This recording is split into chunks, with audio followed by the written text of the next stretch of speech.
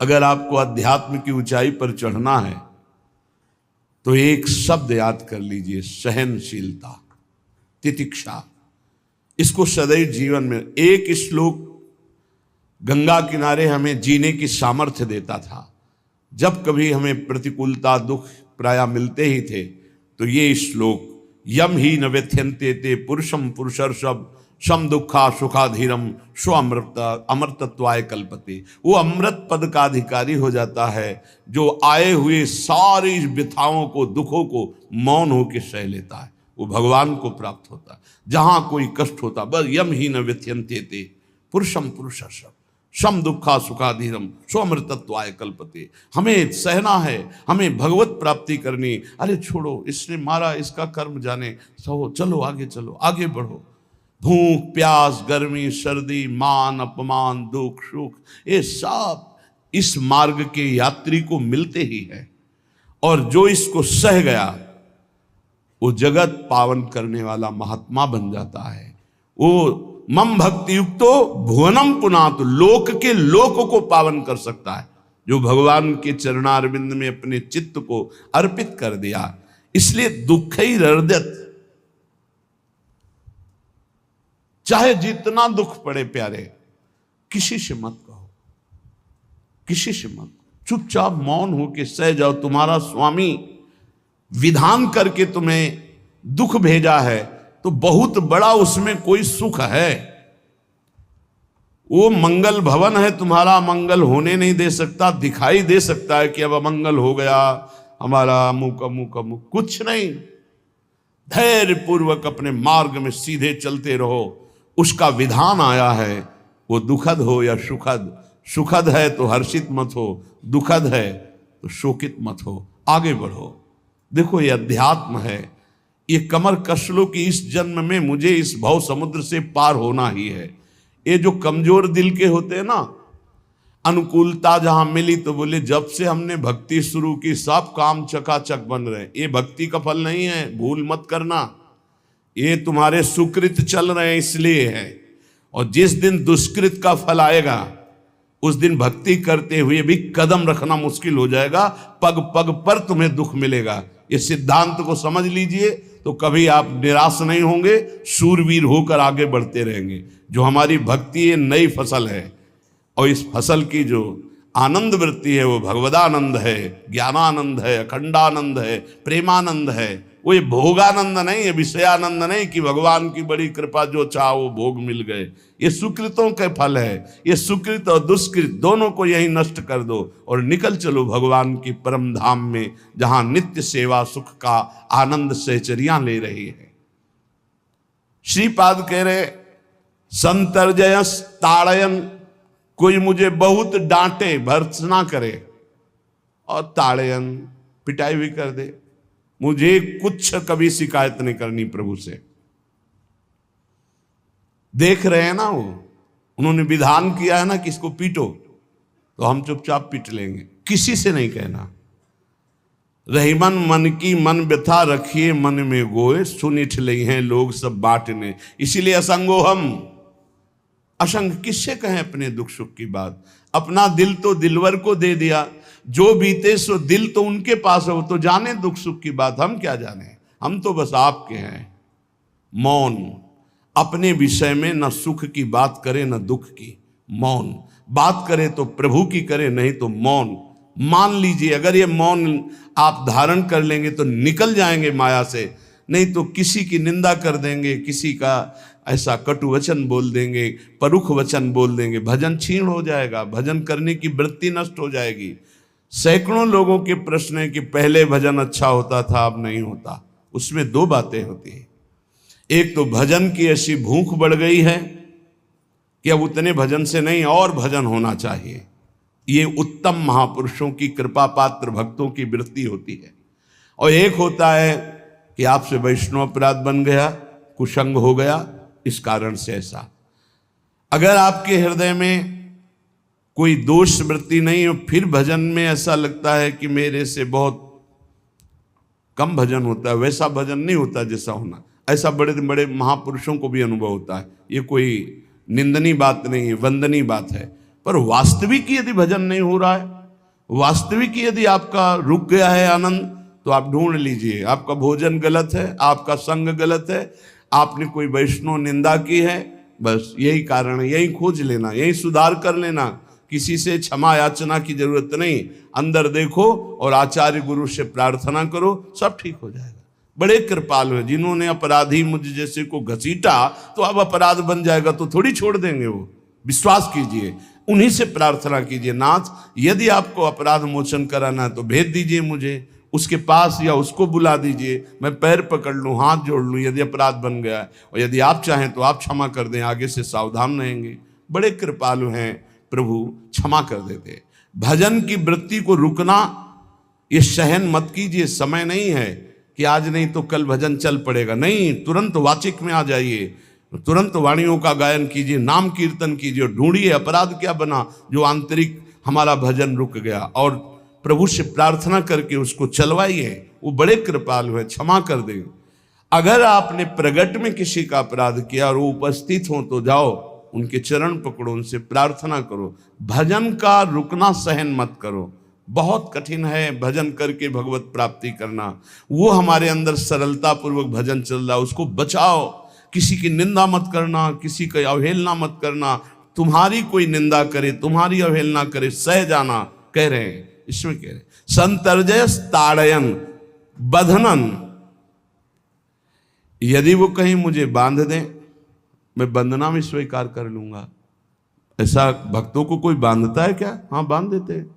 तितिक्ष ब्राह्मण की कथा में पढ़िए, उसको बांध दिया। एक सखी बहुत भजनानंदी थी, उसके परिवार के लोग रोज उसे पीटते थे और उसे बांध देते थे। सखूबाई नाम उसका सखी का था। एक सखी बहुत नागरीदास जी के संग में रहकर भजन की वृत्ति उच्च कोटि की सीखी थी, भागमती बाई। उनके पति ही उनके ऊपर सैया लगाकर नवीन रानी के साथ बैठते हुए ऐसा पिटाई करते, इतना कष्ट देते, पर वो उच्च कोटि की ऐसी महान वक्ता, परम सिद्ध बरसाने के जो वास करने वाले अपने नागरीदास जी थे, हरिवंश महाप्रभु के शरणागत, उनके सत्संग से ऐसी उच्च कोटि की दशा प्राप्त हुई, उसे कोई फर्क नहीं पड़ा। उसके कष्ट देने के लिए उसके ऊपर सैया लगाते, राजा थे, और नवीन रानी के साथ उसके ऊपर बैठते, उपद्रव करते, मारते, पीटते, लेकिन वो सम रहती। संतर्जयस ताड़यन बंधनन, शांत। वो देख रहा है, बस तुमको यही सोचना, वो देख रहा है, मेरा स्वामी देख रहा है। वो देखते हुए मौन है ना, वो चाह रहा है ना, तो तेरा किया मीठा लागे। बस बात समझ लो, इतना तो बहुत बड़ी वस्तु प्राप्त होगी, बहुत बड़ी।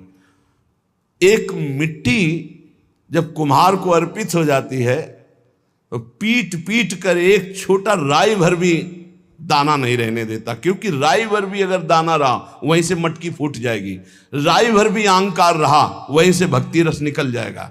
पीट पीट के उसको एकदम बराबर, फिर भी चैन नहीं, जल डाल के रौंदा, फिर भी चैन नहीं, हाथों से मल कर अपने अनुसार बनाया, फिर चाक पे चढ़ाया, जो चाहा आकार दिया, सूर्य के ताप में तपाया, फिर उसको दहकते हुए आवे के बीच में रख के पकाया, फिर उसमें रस रखने लायक क्षमता आ गई उस मिट्टी में। ऐसे ही हम जब संत महापुरुषों को, श्री भगवान को समर्पित होते हैं तो ये सब होगा।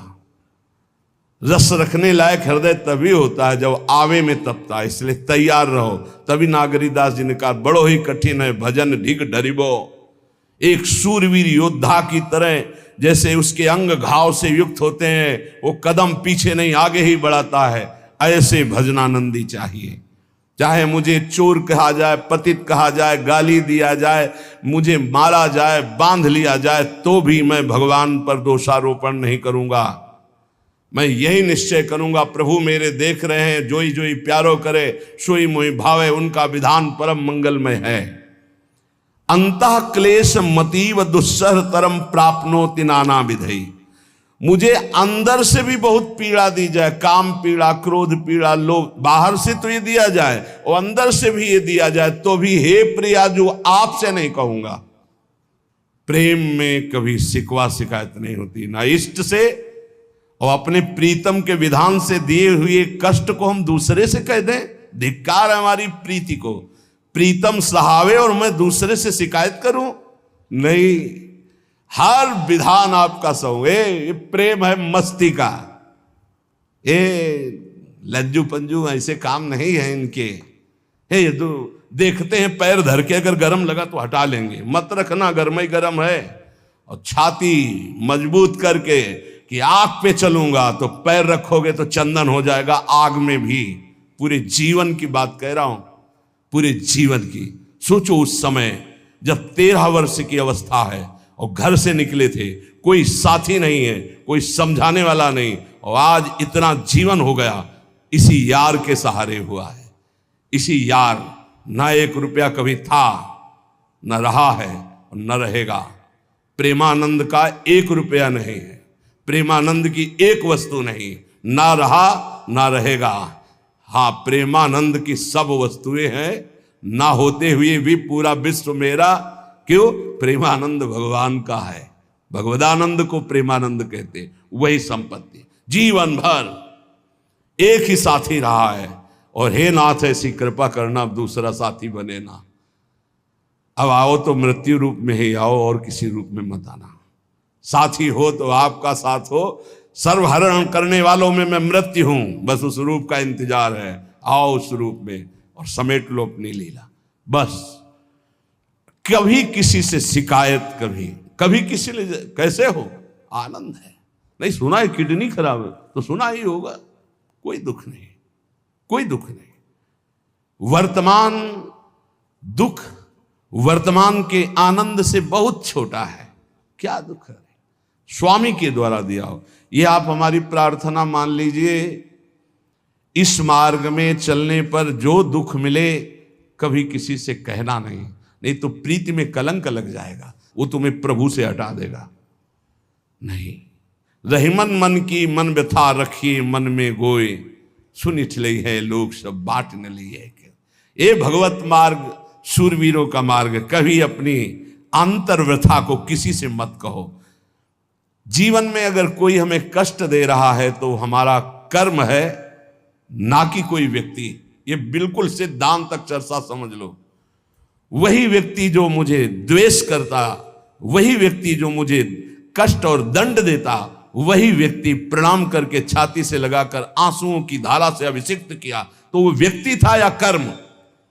जब कर्म भोग हो गया तो वही हृदय से लगा के अश्रुधारा से क्षमा कीजिए, बहुत ऐसा नहीं, आप तो बड़ी कृपा की। व्यक्ति कभी कष्ट नहीं देता, मेरा कर्म उसके ऊपर सवार होकर मुझे दंड देता। इसलिए मैं किससे कहूं? अपनी जबान से दांत कट जाए तो किससे कहूं? ये जो दांत, इससे जबान हमारी पीड़ा को किससे कहूं? अपने हाथ से चोट लग जाए किसको कहूं? ऐसे सब आत्मस्वरूप हैं। हमारा कर्म ही उनके ऊपर सवार होकर हमें दंड दे रहा है। इसलिए भाई, श्रीपाद का सिद्धांत जो कह रहे कि अगर भगवत प्रेम प्राप्त करना है तो मुंह बंद। 22 बाजार में कोड़े मारे गए, एक बार भी श्री कृष्ण से नहीं कहा। पूज्य भाई जी महाराज के जीवन कष्टमय है, कभी श्री कृष्ण से नहीं। बाबा नहीं सह पाए, बाबा ने श्री कृष्ण से कहा, श्री कृष्ण चंद्रजू से, ये क्या है, इतना कष्ट क्यों दे रहे हो उनके शरीर को? तो मुस्कुरा दिए, बोले मैं नहीं दे रहा हूं, ये तुम्हारे कर्म का फल भाई जी भोग रहे हैं। ऐसा? बोले हाँ। सीधे अस्पताल गए, भाई जी से कहा, ये आप हमारा प्रारब्ध क्यों भोग रहे हैं? तो कहा, आज ये कौन सा खेल रच रहे हो बाबा, क्या बात कर रहे हो? जीव का अपना कर्म भोगना होता है, किसी और का निजीकृत कर्म भोग? तो उनका, आप हमको बहका नहीं सकते, हमें परम तत्व से पता चला है कि आप हमारे कर्म। तब हंस दिए भाई जी और बोले, देखो हमें कोई फर्क नहीं पड़ता, आपको फर्क पड़ जाता। आप चढ़ो, जिस साधना की चढ़ाई पर चढ़ रहे हो चढ़ो, मंगलमय श्री कृष्ण तुम्हारी यात्रा को पूर्ण करें। हम तो अस्पताल में पड़े पड़े प्रिया प्रीतम के साथ खेल रहे हैं, कोई फर्क नहीं पड़ रहा। ये बड़े महापुरुषों ने अपने कष्ट की तो बात जाने दो, दूसरों के कष्टों को लेकर भोगाए। हम जरा सा कष्ट आ जाए तो बोले हमारी अंदर श्रद्धा थी अब खत्म हो रही क्योंकि कष्ट आने लगा। उसमें भगवान का क्या दोष है? वो तो बड़े कृपालु हैं कि ऐसे पापात्मा होने पर भी मुझे महात्माओं का संग दिया, धाम का वास दे रहे, नाम जपवा रहे। अब हमारे पूर्व प्रारब्ध हमें कष्ट दे रहे हैं, इस समय भी वो हमें दुलार कर रहे हैं। जीव समझता नहीं, केवल दोषारोपण भगवान और भगवत मार्ग पर कर देता है। इसलिए उपासक को अंतः क्लेश मति व दुस्सहतरम, ये जो आप काम क्रोध से जल रहे हो ना, ये तपस्या है, इसका बहुत बड़ा लाभ मिलेगा। और अगर भोग रहे हो ना, गिर रहे हो, पतित हो रहे हो, तो वो सुख नहीं, वो शांति नहीं, वो विश्राम नहीं। और एक बात ध्यान रखना, इस शब्द को याद रखना, ऐसे रहने पर भी हमारे द्वारा जो भी वो हमारे स्वामी ऐसे लेते हैं, जन अवगुण प्रभु मान न काऊ, दीन बंधु अति मृदुल स्वभाव। कल शाम के पूज्य परमहंस राम मंगल दास जी की वाणी का चिंतन हो रहा था, उसमें कह रहे हैं कि जो 30 मिनट भगवान नाम कीर्तन कर लेता, मेरी बात पर विश्वास रखना, हो उसको भगवत प्राप्ति होगी। 24 घंटे में 30 मिनट नाम कीर्तन कर लेता है और अन्य समय विस्मरण रखता है, तो 30 मिनट का नाम कीर्तन उसे भगवत प्राप्ति करा देगा। तुम्हें जो पाठ प्रिय हो, 30 मिनट पाठ कर लोगे, भगवत प्राप्ति हो जाए, कर लो। और बहुत पहुंचे हुए महापुरुष जिनके चरणों में अपार श्रद्धा है, आप लोग तो रात दिन लगे, आपको भगवत प्राप्ति नहीं होगी। चूक हो जाएगी तो जन अवगुण प्रभु मान न काऊ, दीन बंधु अति मृदुल स्वभाव। अग्नि की ज्वाला के समीप रुई का पहाड़ कितनी देर टिकेगा, कितनी देर टिकेगा, उसके ताप में झुलस जाएगा। ये अग्नि की ज्वाला है भगवान नाम कीर्तन, भगवत यश गुणगान। तो जैसे किसी को लगे कि वो नाम जब भी करता है वो रुचि पूर्वक पाप करता है, असंभव। नाम जापक रुचि पूर्वक पाप कर ही नहीं सकता, उसका हृदय जलेगा पक्का। आप जप करके देख लीजिए, आप जप कीजिए नाम, और फिर आपसे पाप जब बनेगा तो आप फिर हालत अपनी देख लीजिएगा, बार बार हृदय जलेगा, नहीं नहीं नहीं। तो एक दिन वो नहीं सिद्ध हो जाएगा और आप निर्विकार हो जाएंगे। इसलिए अंतः क्लेश, अगर बुद्धि मति वो अति अंदर क्लेश आ रहा है, कभी काम आ रहा है, कभी क्रोध आ रहा है, कभी लोभ आ रहा है, कभी मोह आ रहा है, ये आता रहेगा जब तक भगवत साक्षात्कार नहीं होगा। ऐसा मत समझो कि 2-4 महीने जप करेंगे तो हम सिद्ध हो जाएंगे, ये आता रहेगा। ये बहुत भागवतिक शक्ति से संपन्न है विकार, कोई साधारण नहीं है कि तुम माला जपोगे वो नहीं आएगा, माला जपते समय ही आएगा वो। ये भागवतिक शक्ति से संपन्न, काम क्रोध लोभ मोह तब त्रिभुवन को परास्त कर रहे हैं। ये भगवान के पावर से शक्तिमान है। तुम्हारा अहंकार जब गलित हो जाएगा तो इनका आना ही बंद हो जाएगा। जब तक अहंकार रहेगा तब तक ये आते रहेंगे। तो जो तुम्हारे अंदर जलन हो रही, मत कहो किसी से, सह जाओ, यही तपस्या हो जाएगी, यही भगवान की प्राप्ति का हेतु हो जाएगा। प्रभु के लिए थोड़ा कष्ट सहकर आप आगे बढ़कर देखिए वो कितना आपको प्यार देते हैं। यही कष्ट सहना है, आंतरिक विकारों को सहना, बाहरी प्रहारों को सहना, कभी किसी से ना कहना, ये भक्तों का स्वभाव। मौन, इसीलिए वाणी से मौन, कुछ ना बोलना। हमने एक संत भगवान को देखा, 22-23 वर्ष पहले वृंदावन में कच्चा मार्ग था, एक बोरा रखते थे, ऐसे पागलों जैसा भेष था। तो जब रात्रि के 11 बजे वापस यमुना किनारे से प्रसाद पाके यमुना किनारे गए, यमुना किनारे से जब लौटते थे तो उनको देखते थे अकेले वो बैठे रहते थे। उनकी मुद्रा देख के लगता था भगवदानंद में डूबे हुए हैं। नजदीक बैठे, बोरा उठाया, चल दिया। अम्मी पीछा छोड़ने वाले थे नहीं, पीछे तो उनका क्या बात है, क्यों पीछे हो? अब संत वेश हमारा भी तो मर्यादा से ही बोलेंगे। वो कुछ नहीं, केवल जानना चाहते हैं आपको। तो कालीदय की इधर एक तमाल का पेड़, जो श्वेत रंग का एक वृक्ष है, उसका मुझे नाम नहीं याद आ रहा, गूलर जैसा, और वो तमाल में लिपटा हुआ अब भी है। दाहिनी तरफ है ये जो खाली जगह पड़ी ऊंची, जो अपने दाहिनी तरफ बर्फ फैक्ट्री के आगे जाते हैं, उसी के नीचे बैठ गए। तो हमने पूछा आपकी स्थिति देखकर मुझे लगता है आप हर समय भगवदानंद में डूबे रहते हैं। बोले जब लगता है तो प्रश्न क्यों करते हो? हम कहा आपकी वेशभूषा देखकर। तो बोले जगत से बचने के लिए ये वेशभूषा है। एक बोराए से जैसे कोई बीनने वाले होते हैं, कबाड़ बीनने वाले, ऐसे बोराए से रखे थे, गमछा लगाए हुए थे, पूरा शरीर खुला, कोई साधु का वेश नहीं, कोई चिन्ह नहीं, और उनकी स्थिति भगवदानंद में थी। तो उनका ये किसके उपदेश, किस मार्ग के उपदेश, किस इष्ट की आराधना से आपको ऐसी स्थिति प्राप्त हुई? बोले प्रथम पूज्य श्री स्वामी राम सुखदास जी महाराज का सत्संग हुआ, इष्ट देव श्री कृष्ण, इष्ट ग्रंथ गीता, उसी की कृपा से मुझे ऐसा, मैं भारत के हर तीर्थों में वास करता हूँ, भ्रमण करता हूँ, असंग रहता हूँ, और यही वेशभूषा रहती है बड़ा अंदर से। तो भोजन प्रारब्धवशात जो सामने आ जाता है उसे पा लेता हूँ, नहीं आता भूखा रहता हूँ। तो कहा अगर हम मधुकरी ले आवें कभी आप जिससे तो पालेंगे? बोले दे देंगे तो पालेंगे। दूसरे दिन मधुकरी लेकर तो रोज हमारी उनके चरणों में श्रद्धा, क्योंकि उनका रहना और चिंतन दोनों, रहनी और चिंतन बड़ी प्रशंसनीय, जो वीतराग परमहंसों के अक्षर सा वैसे, कुछ पास नहीं, केवल बोरा, वो नाटक के लिए बोरा कि कोई समझे कबाड़ बिनने वाला, और एक गमछा ऐसे रंग बिरंगा, बस कुछ नहीं, कोई भागवतिक चिन्ह नहीं। एक दिन देखा वो पड़े मक्खियां भिन भिना रही, तो नजदीक गए, क्या होगा? कहा चुप जाओ। इनका बोलिए ना। बोले वमन और शौच दोनों हो रही है, शरीर बिगड़ गया है, तो हमका औषधि के लिए हम व्यवस्था, बोले इसलिए कह रहा हूँ आप बच जाइए। तो हम कहा हमें बता तो दीजिए क्यों नहीं? तो बोले आया हुआ प्रारब्ध है, इसको हंस के भोगना है। ऐसे कोने में साइड में ऐसे पेड़ के किनारे पड़े, 2-4-10 दिन जो भी व्यवस्था उनकी बनी, फिर वो हमको दर्शन नहीं मिले, अन्य तीर्थों में चले गए होंगे। ऐसा महापुरुष, क्या हम अपने शरीर को इतना प्यार करें कि भगवान से श्रद्धा हो जाए, भक्ति मार्ग में हम लड़खड़ा जाए, फिर सत्संगी किस बात का? ये पक्का समझ लीजिए, ये जो भगवत मार्ग है ये शूरवीरता का मार्ग है, सहन करने का मार्ग है।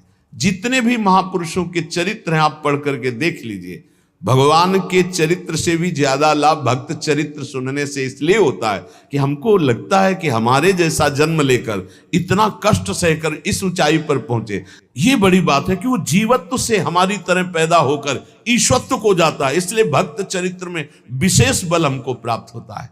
क्या क्या कष्ट सहते, और आप खुद देख लीजिए, आपको जितना कष्ट है उससे बड़ा सुख है कि नहीं, अंदर देख लीजिएगा तो इसी से अनुमान लगा लीजिए, जितना बड़ा कष्ट उससे कई गुना बड़ा सुख भगवान देते हैं, तभी वो उनका यश गाते रहते हैं। ऐसे थोड़ी होता है कि हमारे भगवान का हम भजन करते, हमारे साथ न्याय नहीं हुआ। न्याय तो सही बात नहीं हुआ, नहीं तो तुम्हारी दुर्गति हो जाती। सही बात में उन्होंने न्याय नहीं किया, पक्षपात किया है तुम्हारा। अगर वो सही न्याय करते तो ईमानदारी से कहते हैं, केवल नरक के कीड़ा ही बनना पड़ता और कुछ नहीं है। खूब देख लो, डबल चेहरा होता है, एक सामने का चेहरा देख रहे हो और एक एकांत का चेहरा होता है, डबल चेहरा होता है। और भगवान डबल रखो चाहे तिबल, सब देखते हैं। सब हम बैठे हुए देख लो ईमानदारी से वृंदावन की भूमि में, एक चेहरा है जय श्री राधे, और एक चेहरा है जो राक्षस है अंदर बैठा। देख लो, अंदर देख लो, बिल्कुल इस समय सीसी कैमरे में हो, अंदर देख लो, एक राक्षस बैठा है, और उस राक्षस ने जो जो करवाया आप लिखो रजिस्टर में, तुम्हें याद है जितना, और इसके बाद आप न्यायाधीश बनो, फिर आपकी क्या दुर्गति होती उसका। इससे ऐसे होता है, हे प्रभु, तभी त्राहिमाम मचता है, तब उनकी कृपा नजर आती है कि बोले भगवान ने न्याय नहीं किया। हम कहते सच्ची बात तुम कह रहे हो प्यारे, न्याय नहीं किया इसीलिए बचे हुए हो। अगर वो न्याय कर देता, पक्षपात न लेता तुम्हारा, तब तुम्हारे होश उड़ते, चाहे जो कोई हो, अपना रजिस्टर जांच के देख लो। इसलिए कहते हैं कि सबकी जीवनी शुक्ल पक्ष की लिखी जाती है, कृष्ण पक्ष की तो केवल उसी की छाती जानती है, दूसरा नहीं। हृदय में जितने विकार, हृदय में जितना अंधकार, हृदय में जितना कूड़ा करकट, वो तो हम जानते हैं कि हमारी स्वामिनी की कृपा ने कितना निर्मल किया है। तब उनकी स्वामिनी जू मुझ जैसे अपराधी के अपराधों का विस्मरण करके आप ऐसी कृपा। तो आपको लगता है कि संतों की एक दैन्य भाषा होती है। नहीं, ईमानदारी से संत कभी झूठ नहीं बोलते। जैसे कह रहे हैं कि मौसम कौन कुटिल खल कामी, तो अंतर ये होता है कि आंख में जैसे थोड़ा पड़े तो बहुत बुरा लगता है, और पीठ में इतना बड़ा तिनका चला जाए तो कुछ समझ में नहीं आता। संतों का हृदय आंख जैसा होता है, थोड़ी सी भी गलती में हाय हाय मच जाता है। धिक्कार है तुम्हारे जीवन को, अपने को तुम क्या समझते हो, और क्या है तुम्हारे अंदर विचार। और जो मलिन अंतःकरण वाला था, भारी भारी पाप करके भी उसको पश्चाताप नहीं होता। संत जनों को एक पाप की जरा सी वृत्ति की आभास स्फुरना, वो पूरा पाप नजर आने लगता है उनको, क्योंकि इतना निर्मल हृदय होता है। तो सच्ची कहते हैं कि जैसे घोड़ों की लगाम पकड़े हुए श्री कृष्ण अर्जुन की बैठे हैं, ऐसे अपने भक्तों की लगाम पकड़कर बैठ जाते हैं, तो यात्रा अध्यात्म की ऊंचाई की चलती, किसी की सामर्थ्य नहीं। इसलिए सब भक्त ऐसे तो आपको मिलेंगे। जहां सामर्थ्य की बात है वहां केवल श्री भगवान की कृपा है। इसलिए बाहर की पीड़ा और अंतर की पीड़ा अपने प्रीतम के द्वारा दी हुई मानकर सह जाओ, तो आगे प्रीतम तुम्हारा स्वागत करने के लिए खड़े, पक्का समझ लेना, पक्का। और वो देंगे ये पीड़ा। क्यों देंगे? इसी पीड़ा में पता चलता है कि तुम्हारे मन की सुई किधर जा रही है। प्रताप राय जी महाभागवत थे, बड़ा चरित्र है। उनके यहां एक व्यापार चलता था कुल परंपरा से कि आपको अगर रुपए की जरूरत है तो आप अपना स्वर्ण आभूषण या कुछ रख जाइए गिरवी, और रुपया ले जाइए, और ब्याज से तो रुपया दे जाइए, अपने मूल गिरवी ले जाइए जो रख के गए हो। यही उनकी कुल परंपरा से था। तो उसी के आधार पर वो कुल परंपरागत कर्म कर रहे थे। निरंतर नाम जब भगवत आराधन में मगन। अब नाम जब भगवत आराधना और ईमानदारी से कार्य, तो बड़ा सब खूब धन संपत्ति, बहुत आनंद, और भक्तजनों के खूब भोजन होते, भंडारे होते। तो जो चिढ़ने वाले जलने वाले लोग हैं वो जलते थे कि करता तो ये कुछ है नहीं, खूब जय जय मच रही है चारों तरफ, इसको नष्ट किया जाए।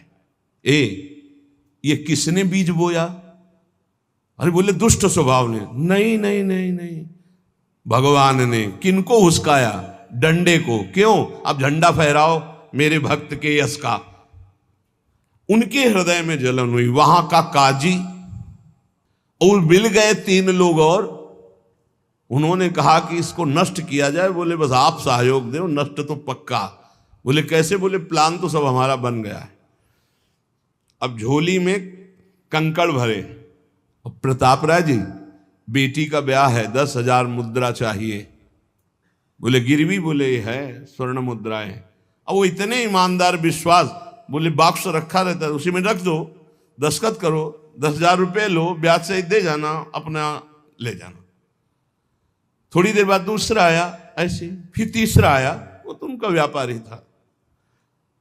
5 दिन बाद वापस आया और काम बन गया, ब्याज सहित ये रुपये लो, हमारा आभूषण वापस करो। बोले जहां रख गए थे वैसे उठा लो।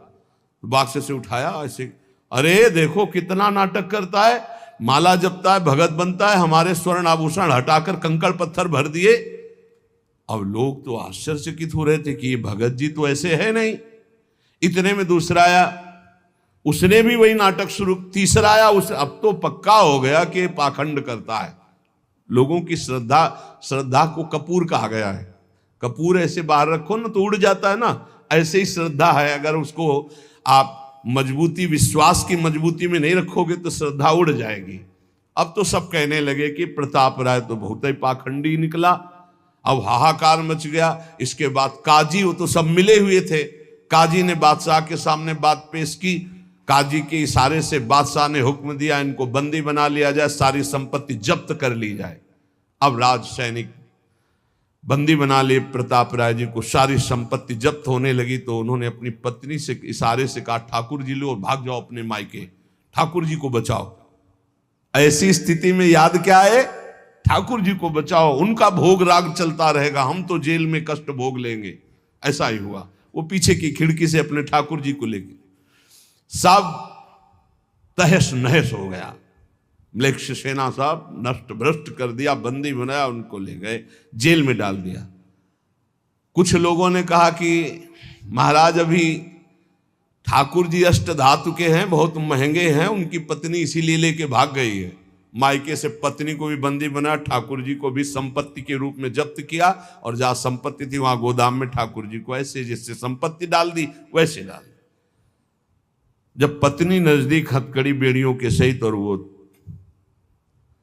तब एकांत जब हुए तो उनका प्रभु आज तक मैंने कभी आपसे मांगा नहीं और कोई शिकायत नहीं की, बस एक कष्ट है इस समय कि आपको गोदाम में डाल दिया गया है, हम प्राणों से अधिक आपको प्यार करते हैं और आपको भोग नहीं लगेगा, आपकी सेवा नहीं होगी, ये हम बर्दाश्त नहीं करेंगे। प्रभु कुछ उपाय करो जिससे आपकी सेवा, अगर हमें ये पता भी चल जाएगा कि आपको भोग लग रहा है तो आजीवन हम पति पत्नी को जेल में रखो, मुझे कोई कष्ट नहीं। प्रभु ये सब कुछ हुआ, मुझे कोई कष्ट नहीं, आपको भोग नहीं लगेगा, इस बात से मैं जीवित नहीं रह पाऊंगा। भगवान देर थोड़ी लगी युगल सरकार गलवैया दिए हुए, इस स्थिति में भी तुम्हें मेरी चिंता है, तुम्हें अपने अपमान की, अपनी संपत्ति जब्त की, अपने जेल की दुख की कोई चिंता नहीं, मेरी चिंता है। वही साक्षात्कार हुआ। अब तत्काल, अब वो तो चाबी बदलने वाले हैं ना, ज्ञानी मूढ़ न कोय, जस जय का रघुपत करे तस ताही क्षण होए, बोले भियस महेश तब ज्ञानी मूढ़ न कोय। उस वहां का जमींदार जो था उसने कहा ऐसा हो ही नहीं सकता, यह सब गलत है, पाखंड रचा गया है प्रताप राय जी के प्रति। बादशाह के सामने विरोध प्रकट कर दिया, नहीं सही जानकारी जांच हो। बादशाह ने उन तीनों को बुलाया और कहा फांसी पे चढ़ा देंगे यदि सही नहीं बोलोगे। सही सही बोल दिया कि उसमें हम सोना तो रखा ही नहीं था, कंकड़ रखे थे।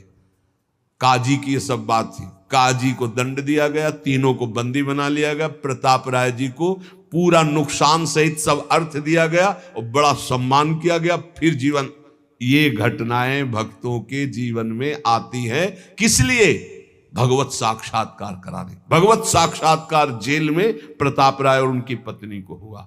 इसलिए उपासक को कितनी भी परिस्थिति कष्ट की आवे, वो तुम्हारे आनंद का वर्धन करने वाले बनेगी, विश्वास रख लीजिए। बस किसी से सहयोग मत मांगना और किसी को अपनी बात मत कहना। प्रताप राय जी ने किसी से भी नहीं कहा, कुछ भी नहीं बोले, केवल प्रभु से कहा कि आपकी सेवा अगर हमको कान में सुनने को मिल जाएगी कि आपका भोग लग रहा है तो मुझे कोई कष्ट नहीं होगा, लेकिन ये मैं नहीं सह पाऊंगा कि आप गोदाम में ऐसे, क्योंकि मैं जीवन भर आपको दुलार करता रहा हूं प्रभु। अब वही भगवत साक्षात। तुम्हारी सुई कहां जाती है? मन की। कष्ट की स्थिति में कोई मित्र, कोई रिश्ते नातेदार, कोई पावर काम आता है या भगवान की तरफ जा। अगर भगवान की तरफ तो जीत गए, और अगर संसार की तरफ ऐसे भी मिलने में आप बिल्कुल फोन कर देना, हम तुम्हें अमर कर देंगे, नहीं फाड़ के फोन नंबर फेंक देना कि हम रखेंगे भी नहीं ऐसा नंबर। जब कोई नंबर नहीं होता तब हरि का नंबर लगता है। जिसके पास किसी का फोन नंबर नहीं होता उसका हरि का नंबर लगता है। ध्यान ले दो, कलयुग है इसीलिए सबके पास नंबर भेज दिया है। सबके पास नंबर है क्योंकि हरि से फोन नहीं कर सकते। हरि का फोन जानते हो कैसा होता है? जब आर्थ होकर अनाथ भाव से असरण कोई नहीं मेरा तब हा नाथ, वो फोन नंबर भाव से मुझको पुकारे तो भाव से बेड़ा पार है। भाव पूरित टेर ही करती मुझे लाचार है।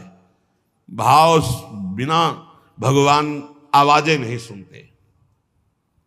भाव सुनी पुकार भगवान नहीं सुनते। भाव कब आता है? बाजार में थोड़ी मिलता है। किसी से हमारा संबंध नहीं।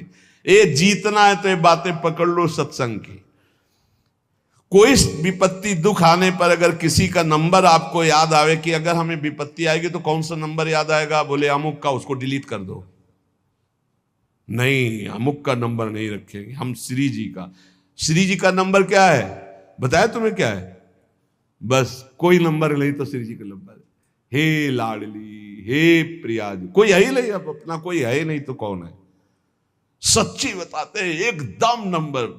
1 घंटी में फोन उठा लिया जाता है, 1 घंटी। गजेंद्र ने जब देखा कि कोई मेरा सहयोगी नहीं, हारी री नहीं पहुंच पाया, काम हो गया। हरि पूरा नहीं कर पाए, काम हो गए। गोविंद यही प्रकट हो गए, वस्त्रावतार। ये नंबर है हरि का। जब तक पांडवों की तरफ, भीष्म की तरफ नंबर नहीं लगा, दांत तक पकड़ा, नंबर नहीं लगा, और जब छोड़ दिया, कहा गोविंद, बस नंबर लग गया। ये है भगवान को पुकारना, ये है भगवान तक आवाज पहुंचाना। कोई हमारा नहीं, यही तो हमारी साधना है। और यहां मार नंबर लिखे चले जा रहे हैं, व्यवहार बनाए चले जा रहे हैं, डायरी बनाए चले जा रहे हैं, इतने नंबर। अरे सब क्या करोगे, ये सब नरक पहुंचाएंगे नंबर। एक केवल हो हरि शरणम, बस सब काम बन जाएंगे। बोले नहीं, सहयोग होता है, इससे क्या सहयोग होता है? अगर बात बिगड़ जाए तो अंग रक्षक ही सूट कर देता है, और कौन? अंग रक्षक ही सूट कर देता है। अगर वो चाबी बदल जाए ना तो रक्षक ही भक्षक बन जाता है। किससे रक्षा चाहते हो? जो काल का भी शासन करने वाला है, उससे रक्षा चाहो। देखो सच्ची बात, ये केवल प्रवचन नहीं कर रहे, हृदय की बात कह रहे। मान लीजिए मेरे प्रभु ऐसे है, कोई महान नहीं है, वो जिसको महान करते हैं वही महान हो जाता है प्यारे। ऐसे हाथ हटा ले तो सब हान ही हान है, कोई महान ही नहीं है, महान नहीं। वो हटा ले तो बस उन्हीं से महान है। सच्ची कहते हैं, उन्हीं से बहाल है। दबी बात खुल जाए तो असलियत समझ में आ जाए। और वो जानते हैं, और वो जानते हुए हमें नमस्कार करवा रहे, प्रणाम करवा रहे, भोजन दिला। अरे जय बोलो उनकी। हमारे साथ भगवान ने क्या किया? अरे तुमने भगवान के साथ क्या किया? कितनी कृपा की भगवान ने। इतने अपराध का दंड जानते क्या होता है? पूरा जीवन बर्बाद हो जाए। और यहां पूरे जीवन अपराध कर रहे हैं, जीवन आबाद किए हुए हैं ऐसे प्रभु के प्रति। ये हम इसलिए कह रहे हैं, जो कहते हैं ना हमारी भगवान पर श्रद्धा नहीं रह गई, तो तुम्हारे ऊपर हमारी श्रद्धा नहीं रह गई। देखो ना कहां श्रद्धा लायक हो तुम, क्या हो तुम। ये हम असलियत कह रहे हैं। ऊपर से चिकना चुपड़ा, अंदर से सब गंदा होता है। भगवान बचावे, नहीं तो मना खष्टान इंद्रियाणी प्रकृति स्थान कर सती। दुर्गति वाले काम होते हैं, दुर्गति वाले। आप जो भी देख रहे हो केवल कृपा देख रहे हो। अगर वो कृपा हट जाए तो कुछ नहीं देखने लायक किसी में भी। जहां कहीं कुछ भी है, वो मति की रति गति भूति भलाई। जब जेहि जतन जहां जेहि पाई, सो जानो सत्संग प्रभाव। लोकहु वेद न आन उपाऊ। इसीलिए हम कहते हैं, ये मत कहो मुझे भगवान पर श्रद्धा नहीं रह गई। भगवान की इतनी कृपा है, हम कैसे तुम्हें बताएं। कृपा ही कृपा है कि वो न्याय ठीक से नहीं करते। किनके साथ? एक बार जो कह दे राधा, एक बार हरि, एक बार कृष्ण, तो पक्षपात ले लेते हैं। अगर पक्षपात न लेते, ठीक से न्याय करते, तो करोड़ों कल्प रौ नरक मिलता, फिर भी उद्धार नहीं होता। इसे आचरण सबके अंदर है, देख लो। 15 मिनट के अपराध से जीवन भर आपको भारत की जेल में सड़ना पड़ेगा। वो ऐसे कितने अपराध हैं उनका, जिनको तुम इस कानून से अनुमान लगा सकते हो। वैसे कितने अपराध किए, लेकिन स्वामी ने कभी एक चाटा नहीं लगने दिया, और निकाल करके आपको परम पद की तरफ ले जा रहे। कृपा नहीं दिखाई दे रही? तुम सत्संग, नाम जप, भगवत यश गायन, भगवत लीला, भगवत धाम, ये तुम्हारी साधना का फल है क्या? ये कृपा का फल है। तुम अपने को देखो और कृपा को देखो, तो यही बलिहारी जाएगी कि जासु कृपा नहीं कृपा आघाती। जिनकी कृपा कृपा करने से आघाती ही नहीं है। इसलिए अंतः क्लेशमति व दुस्सहतरम प्राप्नोति नाना विधि। नाना विधान से यदि अंतर बाहर कष्ट मिले तो चुपचाप सह जाना, राधा राधा राधा। आगे बढ़ोगे तो भगवत प्राप्ति हो जाएगी।